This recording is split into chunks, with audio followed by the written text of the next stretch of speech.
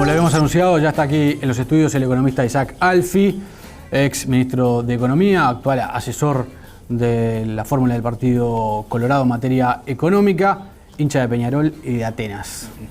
¿Cómo anda? Bien, ¿usted? ¿No Muy fue bien. anoche a ver Atenas? No fui. Por suerte, porque estuvo movido. Bueno, sí, la verdad que estuvo complicado al final, parece. Sí. Como el básquetbol sigue teniendo esos problemas, ¿no? Y sí, lo que pasa es que, antes había problemas, pero eran, digamos, la forma de resolverlo era diferente, eran solo con las manos. Ahora se usan otros elementos, diríamos, y además, en todo caso hay un borracho. Ahora no hay borracho, a veces la gente se droga y demás, y eso complica mucho más cualquier situación que se pueda dar.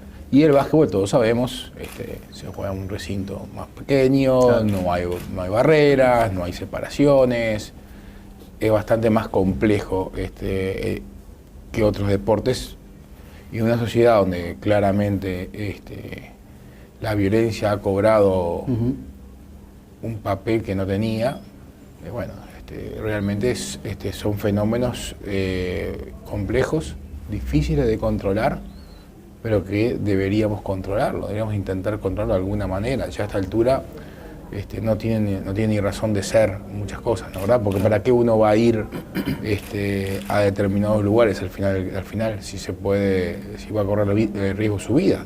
Claro. ¿En qué año entró usted a trabajar en el Estado? En el Estado como tal, sí. En el 85, dando clases en la Universidad de la República. Pero digo, después trabajó estuvo en OPP, en OPP en el 86. 86. Sí. ¿Y después en el Ministerio cuántos años?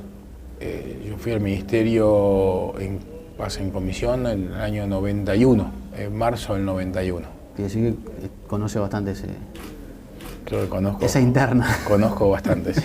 Conozco bastante, sí. ¿Alguna noche se habrá pasado ahí adentro? Unas cuantas.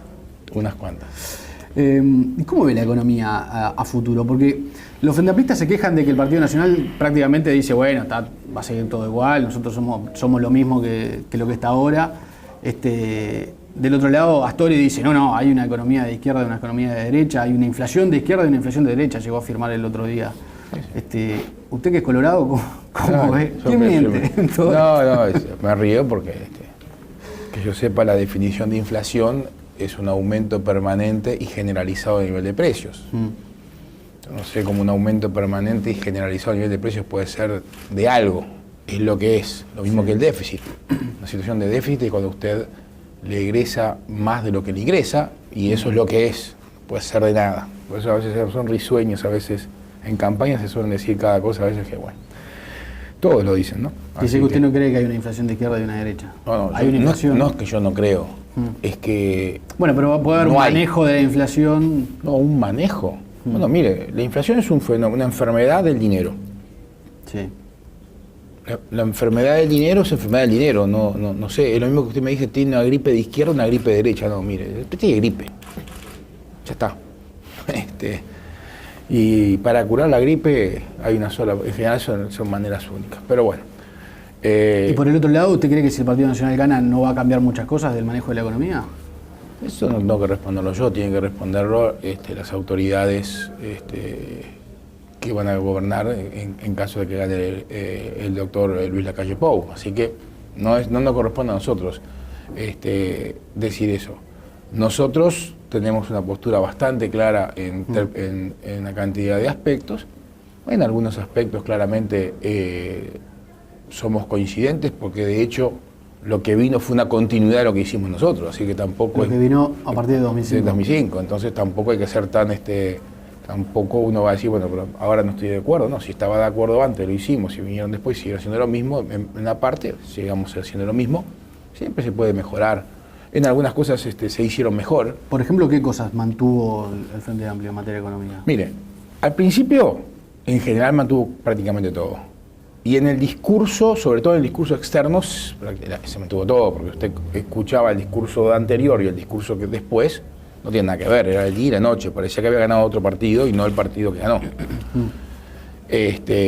A ver, en el discurso se mantuvo la política de apertura, solo que en los hechos la política de apertura quedó circunscripta a una comarca muy chica que además se está cerrando. Se sigue hablando de regionalismo abierto cuando el Mercosur y los países que integramos el Mercosur somos los países con menores números de acuerdos de libre comercio en el mundo.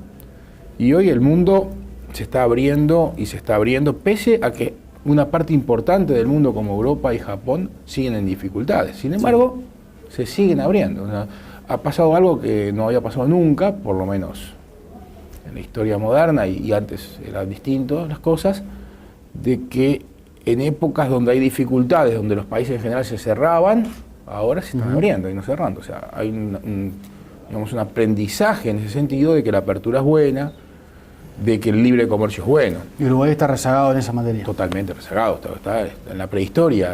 De hecho... Sin embargo, ha avanzado, por ejemplo, con Estados Unidos, ha avanzado mucho. Hay un trabajo de muchos años, pero que ha... ¿Cuál es el avance? Y bueno, los cítricos, la carne... pero esos son... No, la carne... No, la carne ovina... pero esos son cosas puntuales. Eso no es un avance, eso es... Pasan los años, son cosas puntuales, eso no son avances. Avances es si usted dice, bueno, vamos a realmente hacer un acuerdo de libre comercio. De hecho, México, Uruguay... por ejemplo.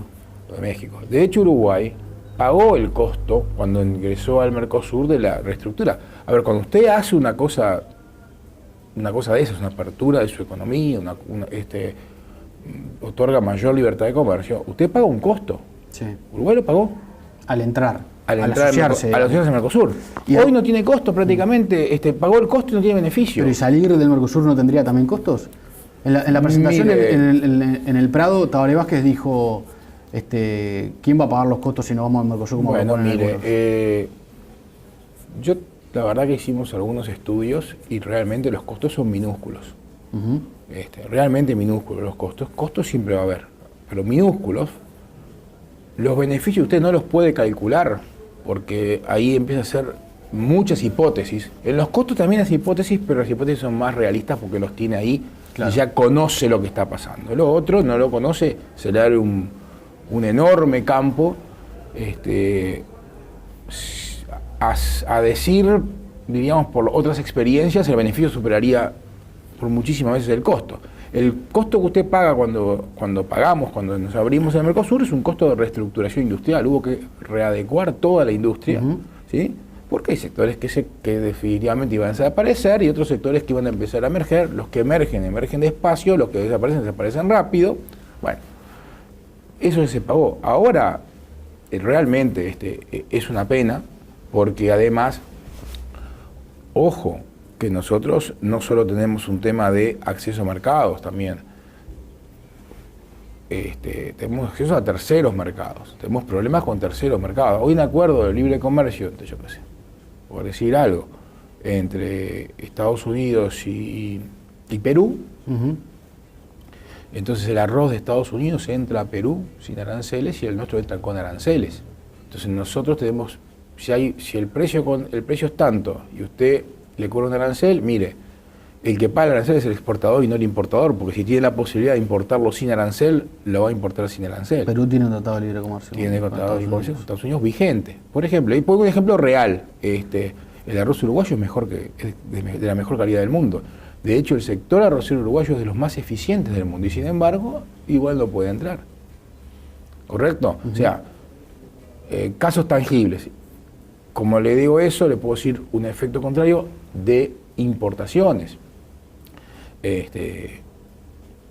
Hay lugares del mundo, por ejemplo Corea, que quizás sea el caso extremo y sea el caso más exitoso del otro lado, pero Corea tiene alta tecnología.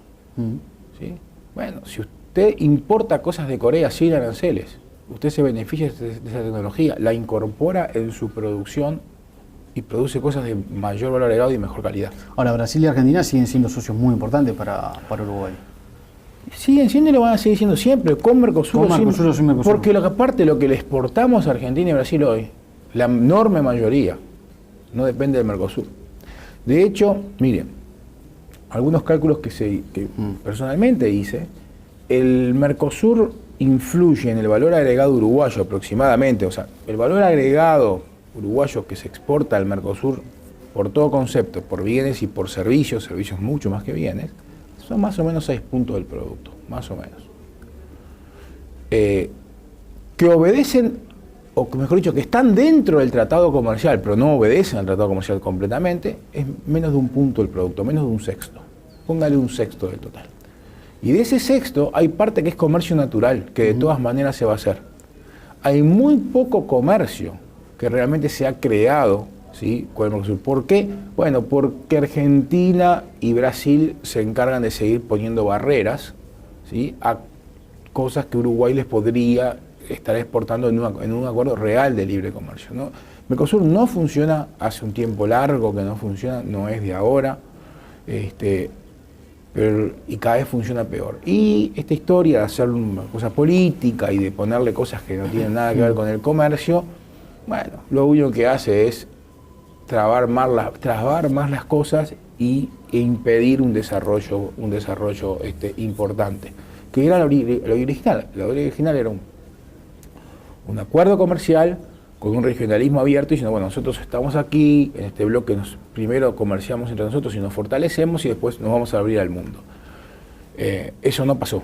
De hecho, en el mundo como tal, igual los mayores intercambios comerciales siempre están dentro de las regiones. O sea, usted por más que tenga acuerdos con países muy lejanos, igual su mayor intercambio va a estar dentro de la región, siempre pasa así. Y eso se va a mantener, dice usted, por más que Uruguay... Eso va a pasar, pasa siempre. Ahora en la campaña electoral la izquierda reivindica estos 10 años de bonanza económica y lo presenta como una política exitosa, obviamente, y dice, bueno, lo que puede pasar si no gana el Frente Amplio es que se vuelva a lo que sucedió en el 2002. Eso es a mí me causa... Usted estaba en el Ministerio de Economía, fue ministro, antes ya estaba en el Ministerio de Economía antes de ser ministro. Sí. ¿Cómo responde a eso? Bueno, yo no creo que... A ver, primero, si usted quiere comparar situaciones no comparables, las puede comparar, pero solo compara peras con manzanas.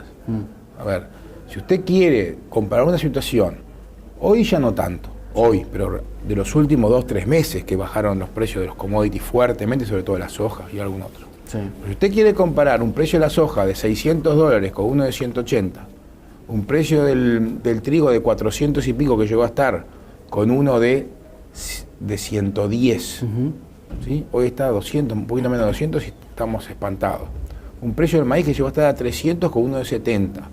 Una carne que costaba menos de $1 con una carne de casi $3.70. Una leche que costaba $800 la tonelada de leche en polvo con una leche que llegó a costar 5.000 y hoy está a 3.000 y algo, ¿sí? Bueno, tiene que comparar eso. Compare lo que quiera. Si usted quiere comparar una región donde en Brasil el dólar estaba a 4 reales, 4, sí, y todo este tiempo estuvo a menos de 2, ahora está más de 2 reales. Ahora, pero no, escúchame, si usted quiere comparar una situación donde la tasa de interés real era altísima en el mundo, sí, con una situación de tasas de interés reales negativas y dólar y abundancia de liquidez mundial, con una situación donde no había liquidez mundial, usted puede comparar lo que quiera. ¿Me entiende? Ahora, pero el precio de todos esos productos también valían, por ejemplo, para Argentina, y Argentina no aplicó la misma política que aplicó Uruguay. Es decir, Uruguay se puede decir que fue exitoso en las políticas que desarrolló en estos 10 años. Bueno, le digo, porque la política fue la continuación de la otra política. Esa es la verdad. Porque, mire, le recomiendo una cosa. En abril del año 2001, sí, asume Cavallo en Argentina. Bueno, yo le pido a ustedes que tienen acá los archivos, yo no lo traje. Busquen en los recortes de prensa cuando asume Cavallo y anuncia determinadas medidas y lean las declaraciones del contador Astori en ese momento. Léanlas. ¿Qué dijo? Les recomiendo. Dijo, ahora Cavallo aplica la política del Frente Amplio. Está escrito, está en los diarios. Cuando Cavallo anunció la política, la verdad que nosotros nos agarrábamos los pelos. Pero bueno, era lo que nadie puede hacer nada. Y bueno, aplica la política del Frente Amplio, dijo Astori. Mire cómo terminó Argentina. Pues afortunadamente el Frente Amplio no aplicó la política que el Frente Amplio pregonaba, esa es la verdad. Entonces se subieron a eso y me parece, mire que es un gran mérito haberlo hecho. Es un gran mérito haberlo hecho. El Partido Colorado, usted fue ministro de finales de 2003-2004, que fue un año ya de crecimiento, el año 2004, eso es reconocido. Y el 2003 también terminamos creciendo. Ahora también el Partido Colorado gobernó en 2002 y en 2001. Y sí, bueno, y mire, si usted se le ponen todos los vientos de frente, Usted, yo le puedo asegurar que haga lo que haga no va a poder. Y se le ponen todos los vientos de cola. Mire Argentina. Argentina igual creció. Mire que Argentina, los problemas de Argentina empezaron tipo 2012 recién. Sí. Entre el 2003 y el 2011 creció, y creció más que Uruguay. Siendo bastante más grande, creció un poco más que Uruguay en términos porcentuales. ¿Sí? Y hacía la misma el desastre. Lo que pasa es que, claro, cuando usted tiene esa ola de capitales infinitos, de tasas de interés reales negativas, de precios asombrosos, los máximos en la historia registrada en las estadísticas, bueno, es muy difícil que le vaya mal. Así es el desastre. ¿Y si el Partido Colorado gana las próximas elecciones, va a mantener la política del Frente Amplio? Que usted dice es la misma que mire, hay, evidentemente que hay cosas que se van a mantener. ¿Cómo no sé? Para empezar, los países tienen continuidades siempre. Y usted si piensa que va a refundar el país cada X años... ¿Y qué cosa le preocupa? ¿El déficit, por ejemplo? Mire, a ver, vamos a hacer lo que uno cambiaría. Claramente, lo que va en el tema, en materia de política económica como tal, o en materia de economía en general, más que de política económica, la parte del comercio exterior, la parte de la apertura externa, eso está dicho y está claro, y hay un acuerdo. No solo somos los economistas, también hay grandes especialistas en comercio exterior, está el canciller Operti, está el embajador Lacarte Muró y otros están totalmente de acuerdo que hay que buscar otros horizontes en esta historia. Eso es un cambio sustancial. En materia de impulso de la infraestructura y de la forma que se va a hacer, ¿sí? De la forma que está pensado hacer el impulso de la infraestructura, eso es un cambio también, un cambio sustancial. Mucho dinero se necesita ahí. Claro, y por eso lo que se piensa es ir a que los privados hagan una concesión privada en un sistema, diríamos, donde los privados asumen la responsabilidad. No son las PPP estrictamente, uno puede decir que son parecidas, pero no son estrictamente las PPP. El privado no solo asume responsabilidad en determinado lugar, sino también asume riesgos y tiene determinadas obligaciones. En contrapartida, naturalmente, hay un pago, ¿sí? Pero es un poco más simple el mecanismo. Naturalmente que las cuentas públicas va a haber que ordenarlas, y para ordenar las cuentas públicas, básicamente va a haber que ordenar las empresas públicas, donde el desorden es rayano, diríamos, en el delirio a esta altura del partido. Pero, sí. Sí, dígame. No, le iba a preguntar por el déficit, donde dice la cuenta pública. ¿Hay que achicar el gasto? ¿Cómo se hace para bajar el déficit? ¿Cuál es el plan para bajar el déficit está bastante claro. Nosotros identificamos dos grandes fuentes, diríamos, donde se puede bajar rápidamente el déficit. Uno es en las empresas públicas, donde aproximadamente uno tiene identificado un sobregasto, nada de tarifas en general, ni sin en general, nada de tarifas, un sobregasto del orden de 1.4% del producto. ¿Y dónde va esa plata? ¿En qué se gasta? ¿En qué se gasta? Bueno, alguna parte supuestamente son inversiones, que uno, la verdad, quiere ver si, yo a veces digo inversiones entre comillas, porque una inversión es algo que le retorna a la sociedad. Si usted sigue dando pérdidas, quiere decir que no hay retorno y tiene problemas. La otra parte es gasto corriente. Mire, por ejemplo, entre OCE y Antel, que son fáciles de identificar, porque en UTE y en ANCAP a veces en UTE sobre todo se le pierde. En ANCAP es tan fácil porque ahora le voy a contar otras cosas, pero se pierde en ese enorme gasto que se llama compra de energía, compra de petróleo, claro. Se pierde muchas cosas. Pero en OCE y en Antel se identificaron 0,33% del PBI de exceso de gasto. La sencilla cuenta que usted toma cuánto gastaba en términos del PBI en gasto corriente, no salarial. O sea, el gasto, es el gasto, no es inversión y no es un salario, es el resto de los gastos. Imagínense, de aumento en términos del PBI, 0,33% entre un promedio normal y el actual nivel de ejecución. 0,33. Hay más de 0,25, casi 0,3 en ANCAP entre el sobreprecio que se paga por el biocombustible, Sí. traído desde Argentina o desde Brasil, ¿sí? Que se le paga al UR, más las pérdidas de la división cemento. Entre esos dos usted está cerca de 0,6. Nuestro plan es ir a 1,2, ¿sí? Claramente hay más, en inversiones hay como 0,8, pero y 0,7 y hay algunas otras cosas más que se han identificado. Le digo esas dos bien grandes que son de gasto puro, además, que es lo más fácil de hacer. Eso nos achicaría el déficit del orden de 1,2%. Tenemos el otro gran ítem es el ítem intereses. Uruguay tiene un exceso de reservas constituidas en base a un error de política monetaria, o sea, el Banco Central compraba los dólares, como compraba, emitía, y como emitía, quería sacar, entonces cuando sacaba ponía letras de regulación monetaria, entonces es toda una mezcla, una bola que se fue generando. La idea es volver a las reservas de un año atrás, no es decir nos quedamos sin reservas, no, volver a las reservas de un año atrás, eso nos da casi un punto del producto también de ahorro de intereses, ¿sí? Ahí tenemos 2,2, tenemos un déficit de 3,3, 3,5, más o menos. Medio punto es la reversión del gasto del año electoral, que ya sabemos, está medido, aparte es muy fácil de medir, estamos en 2,7. Un déficit de 0,5% o un poco, al primer año un poco más, no cambia la historia. A partir de allí, programa de mediano plazo es, cortamos el ingreso de las vacantes, o sea, un 25% de las vacantes no se renuevan, eso a lo largo del periodo nos da 0,6. Con todo esto, estamos dejando todo el crecimiento de la actividad que genera ingresos, ¿sí? Durante todo el periodo. Fíjense que le equilibramos las cuentas con estas 4 cositas.